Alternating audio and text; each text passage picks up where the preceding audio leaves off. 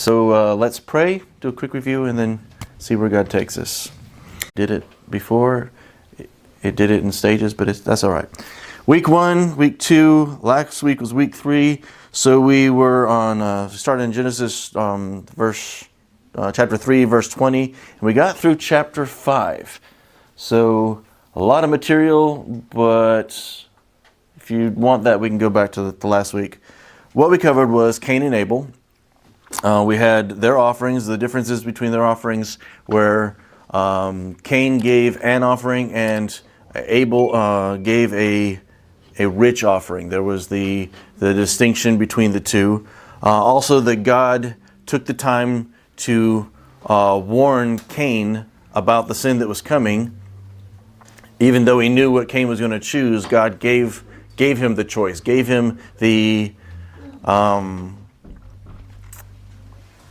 encouragement to choose right. Cain obviously did not. Then we got into Cain's punishment and some of the details on that. We had Cain's version of this punishment, where he was excluded from God's presence, on top of everything else. We had God's version of it, where God said, "This is what's going to happen to you because you did wrong." And then we also see that God had provision in the punishment. When Cain cried out and said, "I'm going to be excluded from you, and anybody who sees me is going to kill me," God said, "That's not how this is going to be." And he put a mark on Cain to be a preservation of Cain's life. It's like, listen, I'm the one who deals with punishment, and I say this far and no further. And then we talk about the legacy that was there. As we see generations past that the descendants of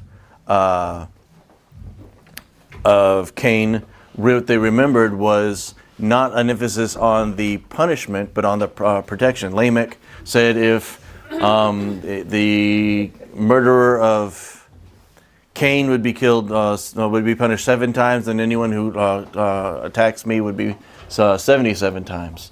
So we talked about how what the legacy in that was, what was remembered, was not so much the judgment of God, but the protection of God. The judgment is there, it can't be ignored because that's what the story is about. But what was preserved in it is that even in judgment, God has provision for grace, for mercy, for protection. Then we had the genealogy. Like basically, chapter 5 was from Adam till the point of Noah. Then we go back and talk about our 3 questions. Like, where is the God of love in this? We see that God gave a warning to Cain, even though he knew what Cain was going to choose. He still gave him the opportunity. God avenged the bloodshed. Even though God shows mercy, he's still just, and he does avenge. He says that vengeance is his, and we see that from the very beginning. And that he protected even the punished. So he doesn't abandon those that do wrong. He still gives them opportunities. So we see God's love in all that. We actually had the brief things of why didn't God protect Abel, but we know by Abel's offering, the sacrifices he made, that he was one that trusted God, and that Abel's eternity was preserved, even though his physical body was not, because Abel trusted. Abel's mentioned later on as one of the ones who are preserved by God. So why did God preserve this in his word? So we see that God speaks to and protects those who are in the midst of their sin. And I want to say that these aren't the only things. These are just points that are bringing out in this reading. If you ask these questions as you're reading through, you'll find more answers. There's a lot that's available, a lot that you can get. This is one of the reasons, one of the things that we can get out of the God's preservation of this. But the knowledge that from the beginning, before Christ even, people in the midst of their sin, God would still interact. God would still give opportunities. God would still speak to them. Also, and I didn't put this on here, but I meant to, going back to that legacy, when God made sure that his word was written, the story that we see of this, the repetition in this story is, yes, God punishes, but what's repeated is God's mercy. And so how does this apply to my life? And he has shown that he seeks us out in our troubles and our wrongs. anything that says otherwise is the work of evil. Yes? Now, will God still protect me if I skip the genealogies? If your salvation is based on the genealogies, you're in bigger trouble than that. If you've got to ask, if you've got to ask, then you probably know what you should do. But I'll leave that between you and God. On that, we're going to skim through the genealogy real quick. We did read through it last week. Apparently, we had some technical difficulties. Look at that thing. I love this chart. I actually made one of these with graph paper years ago and lost it.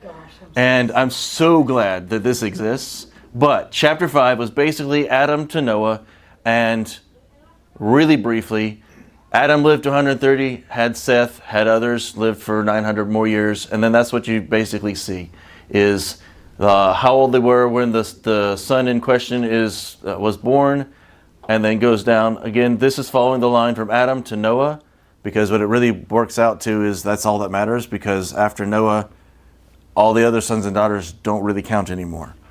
Because they're dead. Only Noah, his wife, and his sons, well, 3 of his sons, made it beyond the flood. But that's what we're going into today. So that puts us, and that's another thing that's interesting, is like we actually managed to get through from chapter 3, verse 20, all the way through chapter 5. So as far as this class goes, we were flying. Yeah. I already did that. All right, so let's go to Genesis chapter 6. And since we're at the beginning of the chapter, it's going to go right where I want it, because that's just how it does. All right, so again, we're in the New American Standard Version. This is the 2020 edition. Something good did come out of 2020. Going to stop right there. So verse 1. Now it came about, when mankind began to multiply on the face of the land, and daughters were born to them, that the sons of God saw that the daughters of mankind were beautiful, and they took wives for themselves whomever they chose. Then the Lord said, My spirit will not remain with man forever, because he is also flesh. Nevertheless, his days shall be 120 years. I'm going to stop there. So there is so much question and debate about how this and the next couple of verses get translated. I went in back to the original language to see if I could get any cleared up, and I can see why nobody's cleared it up. Sons of God literally means sons of God. It is the same word they use for a son anywhere else in the Bible, or in the Hebrew. It is ben. It is son of, and when it talks later on about the sons of man, or the daughters of man, it's the mankind is called Adam. It's when it means sons of men, it says Adam. When it means sons of God, it says God. So, who or what are these? A lot of speculation. It's interesting to me that it isn't clear. So much of the Bible is we know exactly like the weight of the shekel in the temple and all this other stuff, but these are just sons of God. The implication is that this is something other than mankind. This is there are people who say that this is fallen angels. I don't know. All I know is what the Bible says, and it is clear that it's not just the sons of men. There's a distinction here, so something's going on. Then we get to verse 3. It says, My spirit will not remain with man forever, because he is also flesh. A more clear representation there is like, I can't abide with them, strive with them. I can't keep dealing with them, because they're not just like me anymore. They're also carnal. They're corrupt. They're fallen. Because it is going to be striving. It is going to be contrary. It's because, remember, like in the beginning, it was God's will and man's will were the same. But then there was a split. So now sin is rebellion against God. That sin nature is like Paul talked about it. Like once I knew there was a law against it, suddenly I wanted to do against that law. That nature is in mankind, and it's running rampant.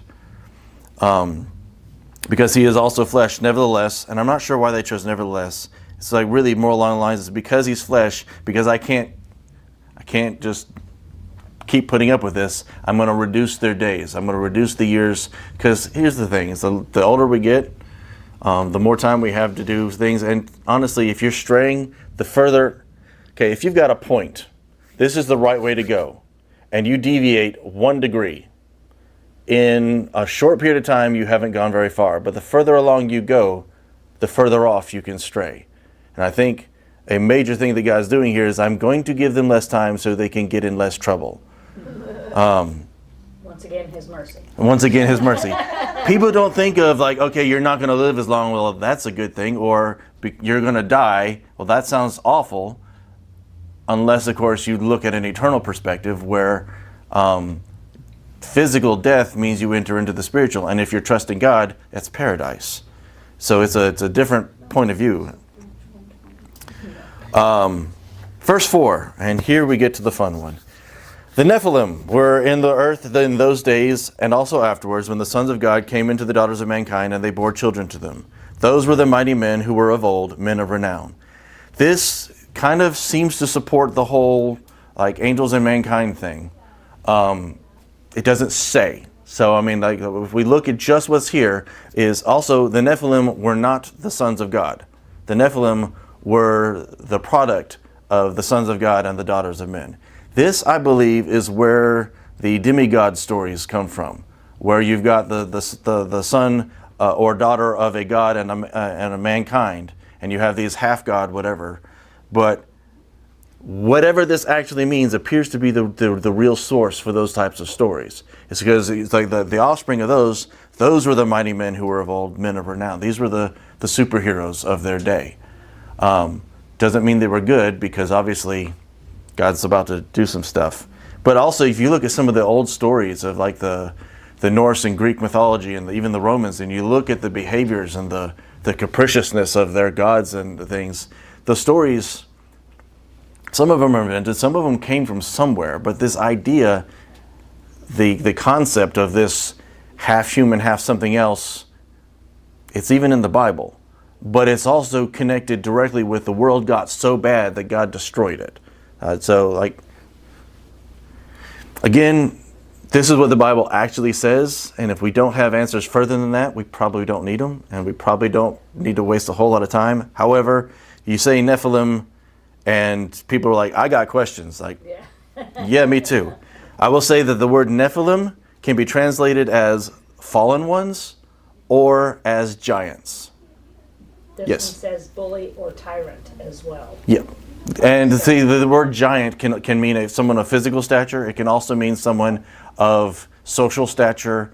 They're basically superheroes. But the implication of fallen is built into the word. These are not, they're men of renown. They're not really heroes. They're trouble.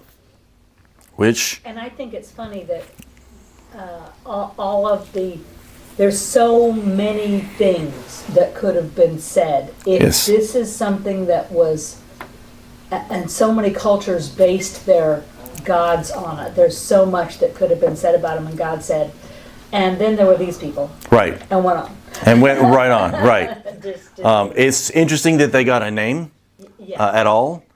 I will point out also that there are people who say, we're getting the Noah and the flood, and there's the Gilgamesh epic, which people will say that the Bible got that from Gilgamesh because it was written sooner. I would point out that just because something was written sooner doesn't mean that it happened sooner. Mm-hmm. Like the story, literally, if we read the Bible, we realize that these stories have been handed down since the beginning. Right. We know that these stories were passed down. It just wasn't written down until Moses. That doesn't mean that the story was invented. Like Moses didn't invent the story. He actually wrote down the stories that had been being passed down for generation to generation. It's not... So anyway, just because somebody wrote it down first does not mean that the story was... that theirs is the oldest. Anyway, moving on. So these were the men of renown. They were the whatever. Verse 5... Then the Lord saw that the wickedness of mankind was great on the earth, and that every intent of the thoughts of their hearts was only evil continually. That's huge. I mean, literally, we don't know what the population was, but we know that we had hundreds and hundreds and hundreds of years of lifespans of people having kids and having kids and having kids, and then apparently these like sons of God individuals coming in and throwing like everything in a mess. But it was awful. And there was no rule. Everybody just did what they wanted to do. It was chaos. It was so bad that God's like, this is, continually evil. So the Lord was sorry that he had made mankind on the earth, and he was grieved in his heart. I think that's pretty clear. Then the Lord said, I will wipe out mankind who I have created from the face of the land, mankind and animals as well, and crawling things and the birds of the sky, for I am sorry I have made them. But Noah found favor in the eyes of the Lord. That's one of the most significant verses. It's the word but right there. But Noah found favor in the eyes of the Lord. These are the records of the generations of Noah. Noah was a righteous man, blameless in his generation, which is, there's a couple of different ways to look at that. The modern rationale or rational thinking is like he was blameless by the standards of that generation. I would remind believers that this is something recorded in God's word, so there's only one standard of blameless, and that's God's. And if it's in the Bible and the Bible calls him blameless, he was blameless according to God's standard, whatever that happened to be for this situation. Remember, this is before the law, before the codified law. This is God looking at somebody's heart and judging them accordingly. So, Noah was a righteous man, blameless in his generation. Again, also, I think it's interesting, and I don't know how much you can really pull from it. It says Noah was. It didn't say anything about his sons. So there's some implication there, but I don't know. But to be the only one in his generation, in the world at the time, when you stop to think about, there's enough of a population to be so evil that God's wiping even the animals out. And there's some question about that, and this is going to go a little bit into conjecture here, but why not just the people? Why the animals too? And the first thing that comes to mind is legion. When Jesus cast out the demons from the man, the Gadarene, they went into the animals. So everything that surrounds something evil is tainted by that evil. And God's just saying, I'm going to clear it all out. I'm going to preserve what I'm going to preserve, and both mankind and of the animals. But everything else, gone.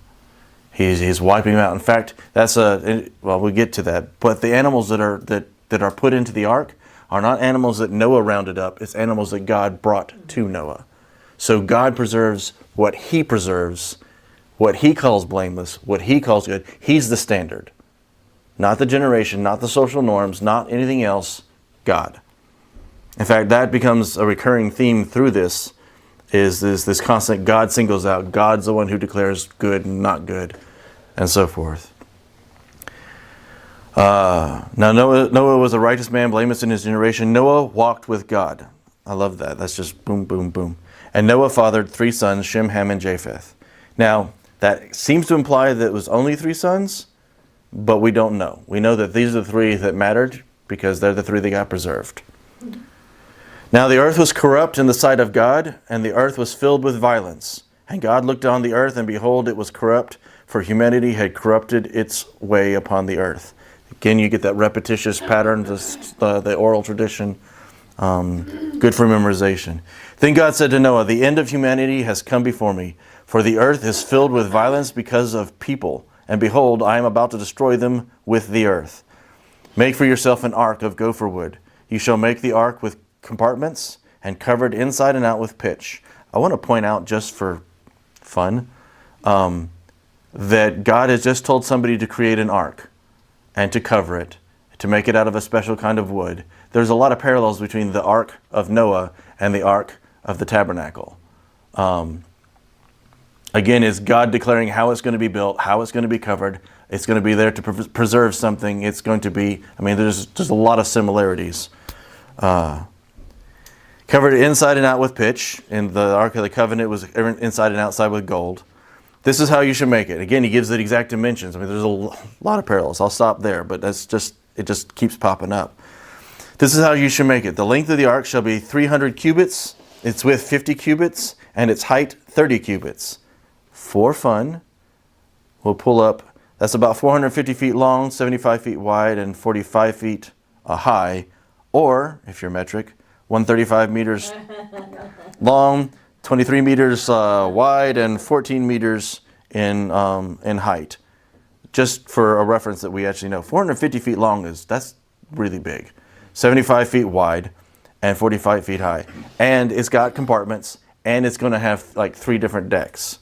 Yeah, if you've ever been to the Ark experience, you don't realize how big 450 feet is until you walk up to it. It's like a football field and a half. In the full width of it in my camera, I had to be about a half a mile away from it.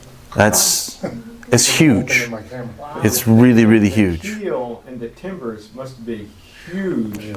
to support that amount of mass with the waves. It's incredible. I mean, really, just I mean, when you think about everything that's got to go on it, that adds to that as well. So you shall make a window for the ark and finish it to a cubit from the top, and put a door of the ark on the side, which is, we get the picture, like the top of the ark has got a little roof on it, and the door that comes off the side that all the animals climb up the side and up the ramp.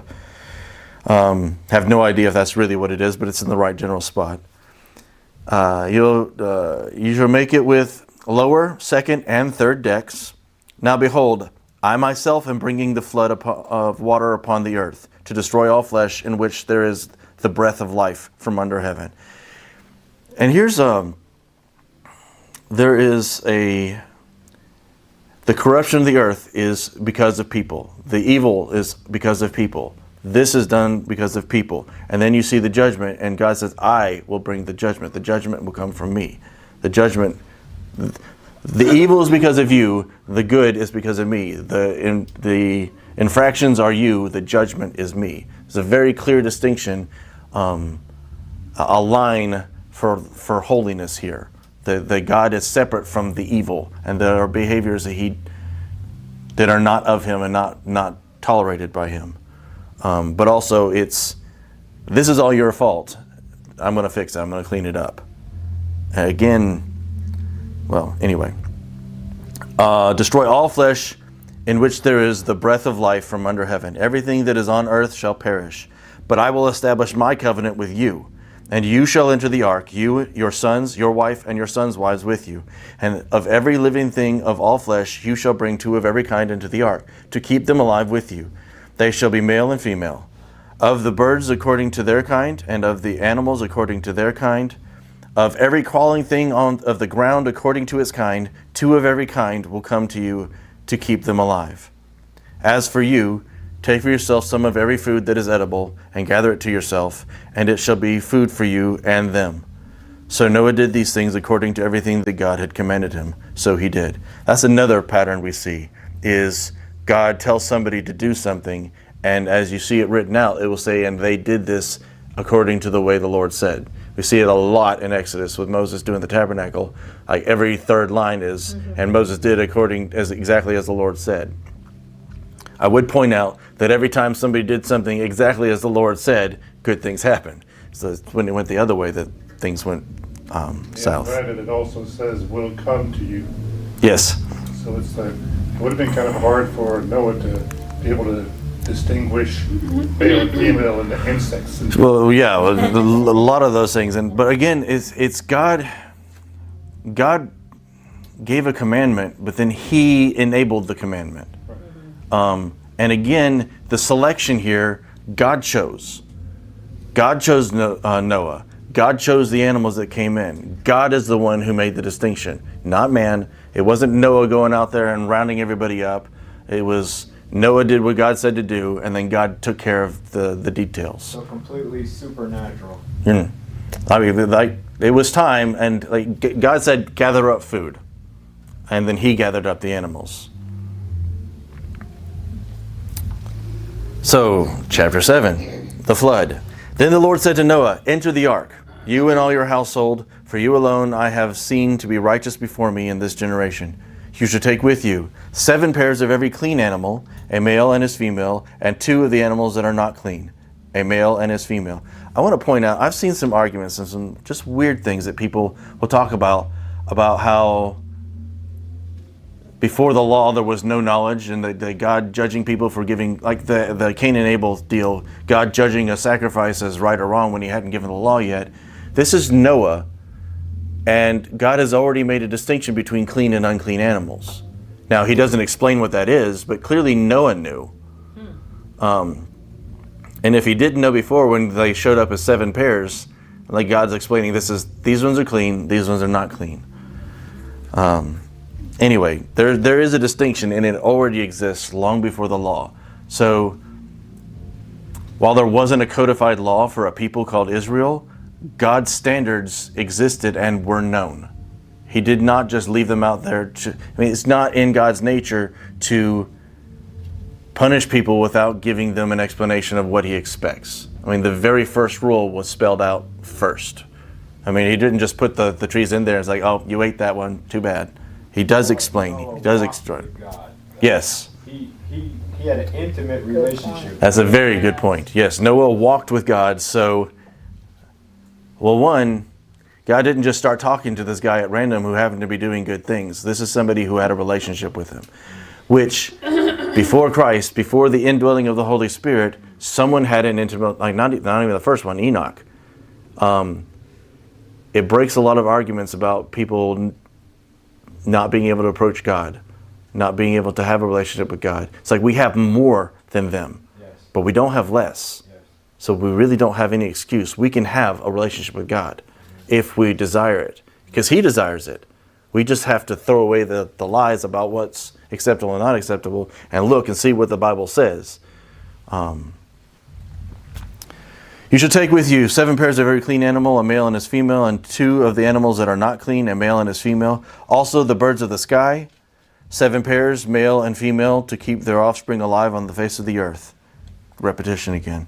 For after 7 more days, interesting that he gives them like a 7-day period, I will send rain on the earth for 40 days and 40 nights, and I will wipe out from the face of the land every living thing that I have made.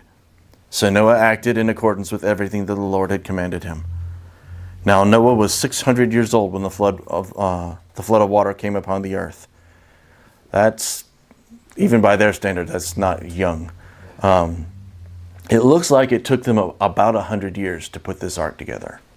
So he was somewhere around 500. It may have been a little bit less. It's hard to tell because of the way the ages line up. We know that, I think that, well, maybe not 100 years. I'm thinking about this. I think Shem was about 100 when the flood happened. So, I don't know. The math is weird, but they didn't do it overnight. It wasn't something they could just throw together. Now Noah was 600 years old when the flood water came upon the earth. Then Noah and his sons, his wife, and his sons' wives with him entered the ark because of the waters of the flood.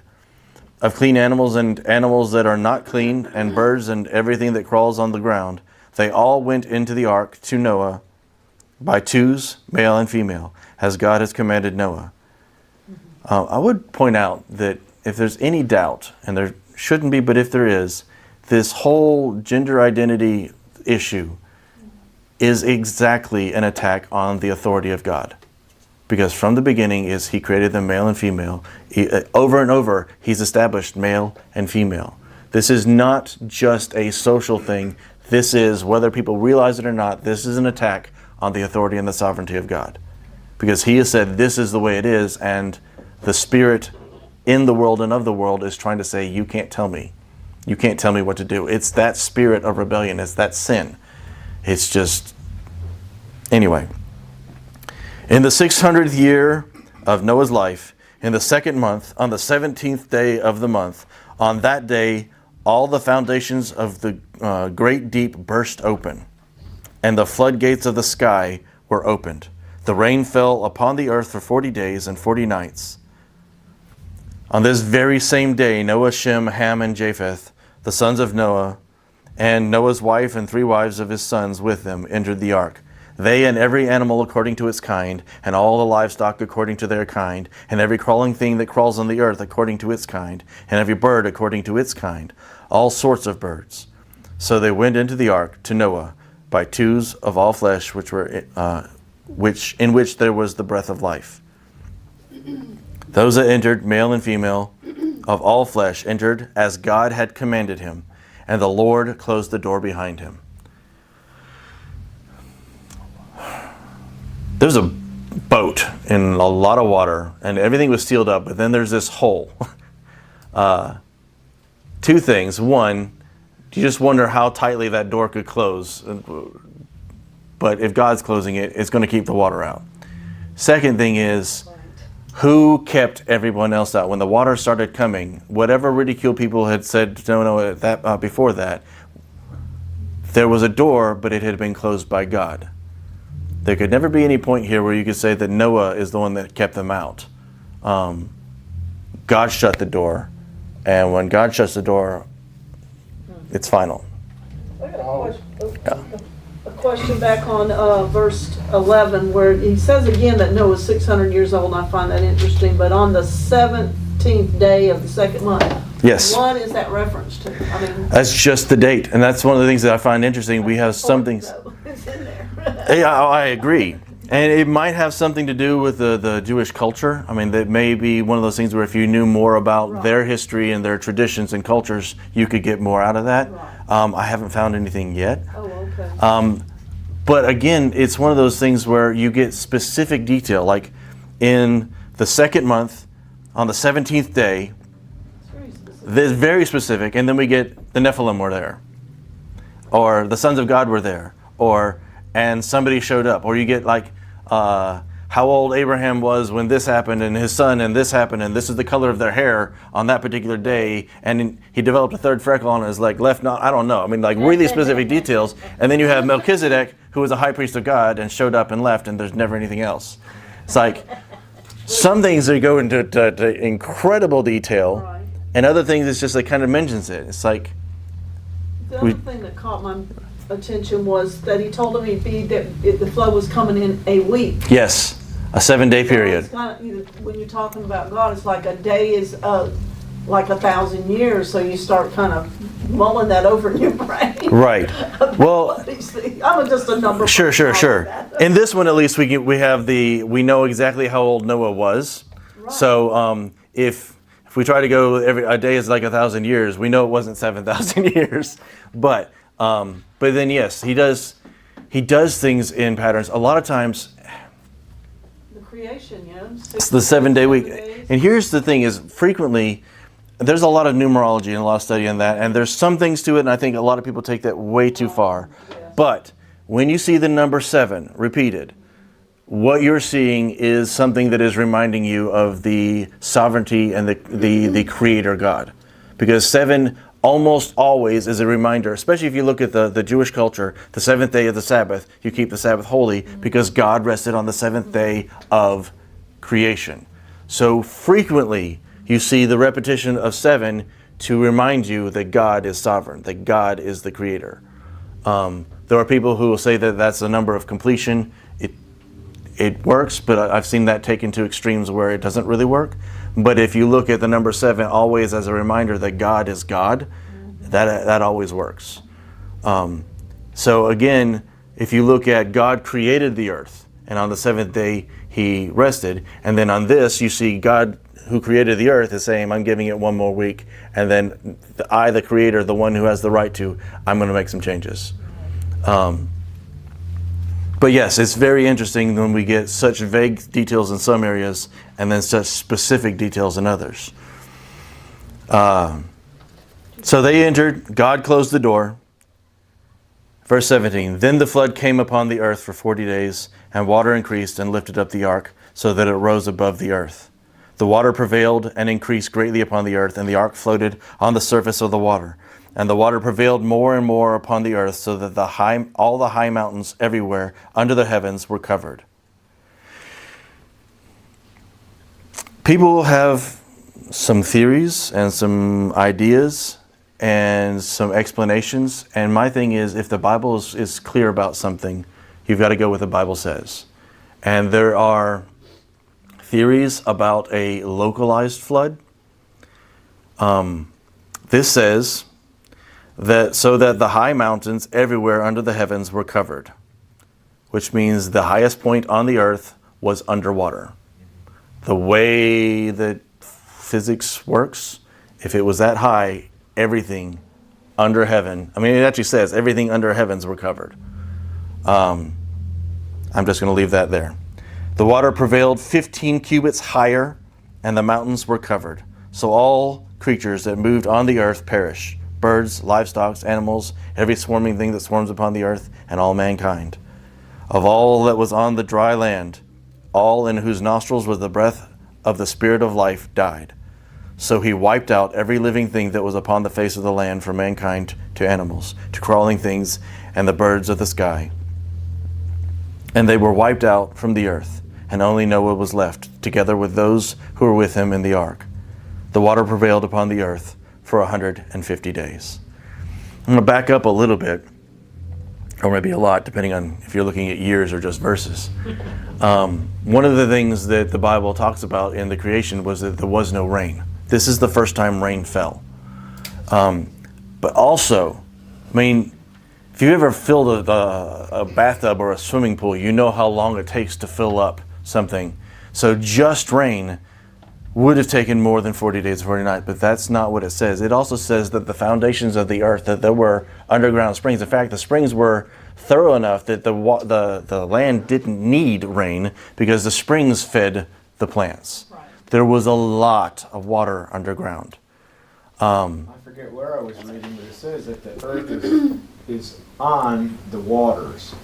The foundation of the earth is the waters. It's It's in the Makes Psalms. sense. when you think about, I mean, I kind of get this picture of this shell that's kind of floating. I mean, that's not really how it works, but it's this picture, and it just cracks open, and the weight of the land is allowed to settle. I mean, this is a picture. This is not necessarily the actual mechanism, but we know that the heavens, with that canopy, that firmament that we talked about in the beginning, that changed, and all that water vapor that was up in the atmosphere fell, and water that was contained broke loose. When we're talking about the entire environment, the ecosystem is drastically altered. Not even talking about the fact that every breathing thing has just died except for on this boat. We also look at the environment that the people were living in. We're talking about something that had a ecosystem and just the basics of radiation protection from the atmosphere, the way that firmament was up there. That's all changed. The climate has changed. The way things grow has changed.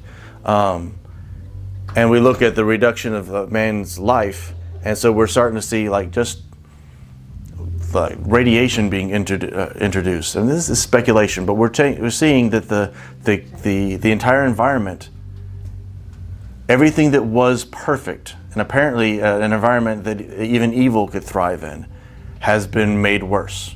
And God, like in the same passage, God said, "I'm going to reduce mankind's life period." He changes the entire climate. So the world that we live in can no longer sustain us, for that long. Yes. And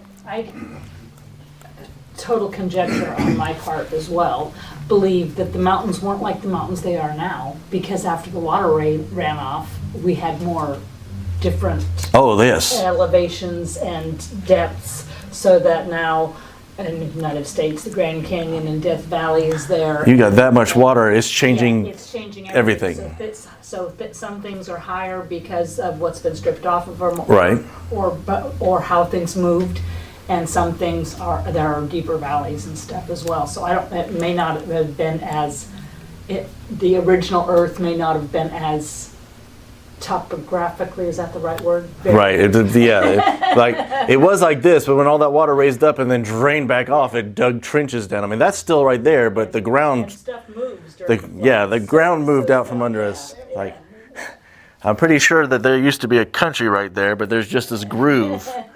But when God does a judgment this planet wide, He changes everything. It's like, this is, I'm wiping out all the evil. I'm changing everything that was connected to it, associated. It's all changed. It's all changed. That speaks volumes about His holiness. Yes. And see, and that's really one of the major points in this. Is like, okay, so we talk about the God of love. And where's the God of love in this? Well, we see it in Noah's family. But how do we, not that we do, but like if we're trying to figure out, okay, so what about the God of love where all those other people are concerned? Those other people, by the word of God, were indulging in iniquity. And the longer they were alive, the more they were doing, the worse things were getting. I mean, they were so evil and so corrupt that they were affecting the livestock and the plants and the animals and everything enough that God had to literally pressure wash the planet. They were not doing themselves any good. They were only doing themselves harm. Again, in order to see this, you've got to step back and from the human perspective and look at God's perspective. And these people, they thought they were having fun, but they were basically going around poisoning themselves. It was like a planet full of drug addicts who had nonstop access to the worst possible drugs, but they're so messed up by it, they don't realize that they're destroying themselves inside and out. But God, the Father, can see this. And he can see the effect, and he can see where this is going. He's like, this has got to be stopped. You kind of see this in the big cities today, where you have all these people, these druggies, that are destroying the cities by just living outside on the sidewalks and stuff. And if somebody doesn't step in and stop that, it spreads and spreads and spreads. My family were talking this morning about when the Israelites were brought into Canaan, the Promised Land, and how God told them to go in and wipe all these people out. It's like, well, where was their choice? Well, you back up and looked at, and so when God said, I think, told one of Abraham's, but I think it was Abraham, that like the level of their iniquity has not been met yet. Gave them 400 years. And we know when they went into the Promised Land that there were people there who knew God and chose. Now, I think every one of them lied so they could get in good with God's people. But their faith in God, they knew. It was there. The choice was available. But the people were iniquitous. And God said, you've got to wipe them out or they'll infect you. And they didn't wipe them out, and they did infect them. So we see this thing where God wipes people out or tells people to wipe people out.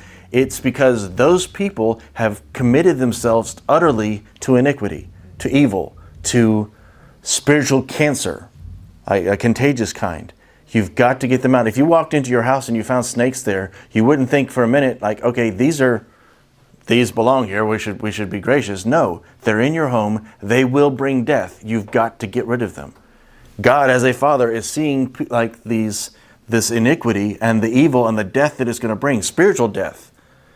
So he's wiping them out. He's getting the infection out and starting over. Cleaned the planet off, changed everything up, everything started off. Now he knows where it's going. But he's giving us an opportunity again.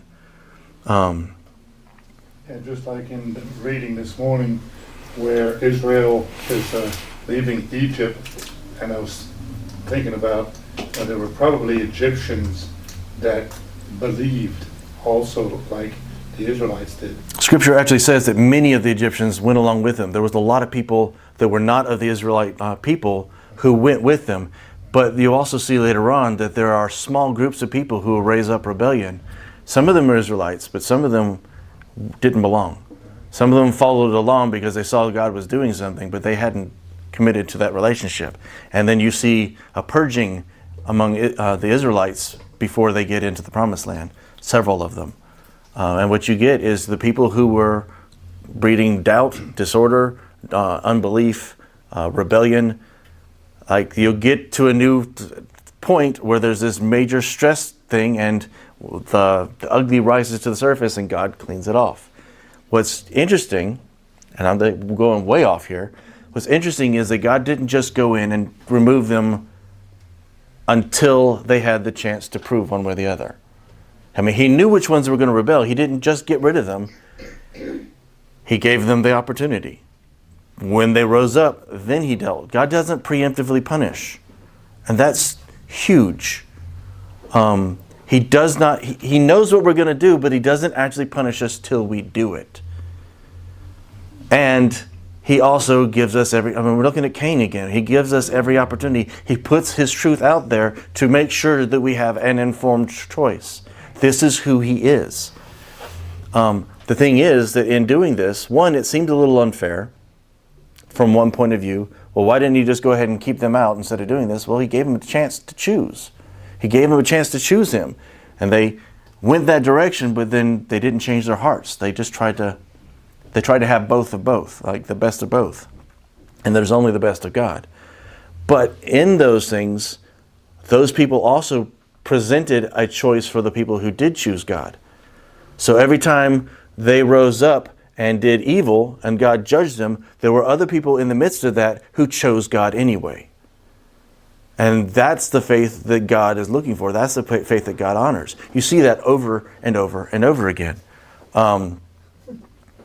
Anyway, so we have lots of opportunities. God's doing the judgment. The God of love. Anyway, the God of love is the God of love who is looking for not just the local time, the local individuals. He cares about the individuals. We know that because Noah.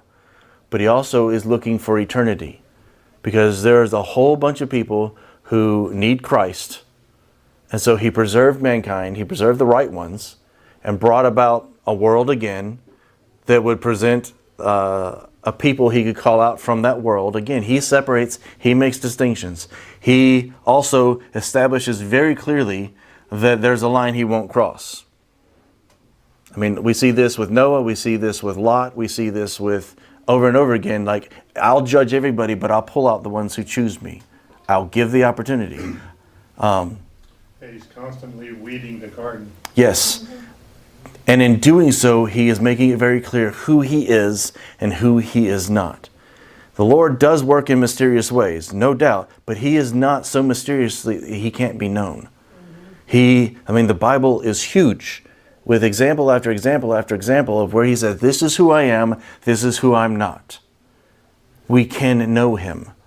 And it's not favoritism.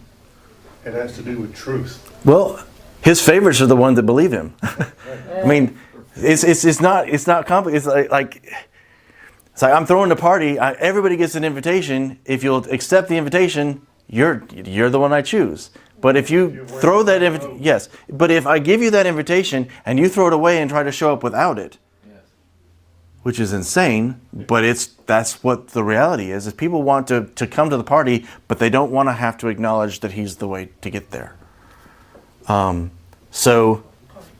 Everybody's his favorite if they'll let him do that. It's like he loves everybody. Not everybody will let him love them, because they want to define the terms. They want to define the conditions. They want to be God. They want God just to be a genie, really. It is time for me to wrap this up. So, how does this apply in our life? It's really, he's God. He's sovereign. He chooses those who choose him. He preserves his own, even in the midst of judgment. Okay, we're looking at a country that is making some bad choices right now. Not the whole country, but there are parts.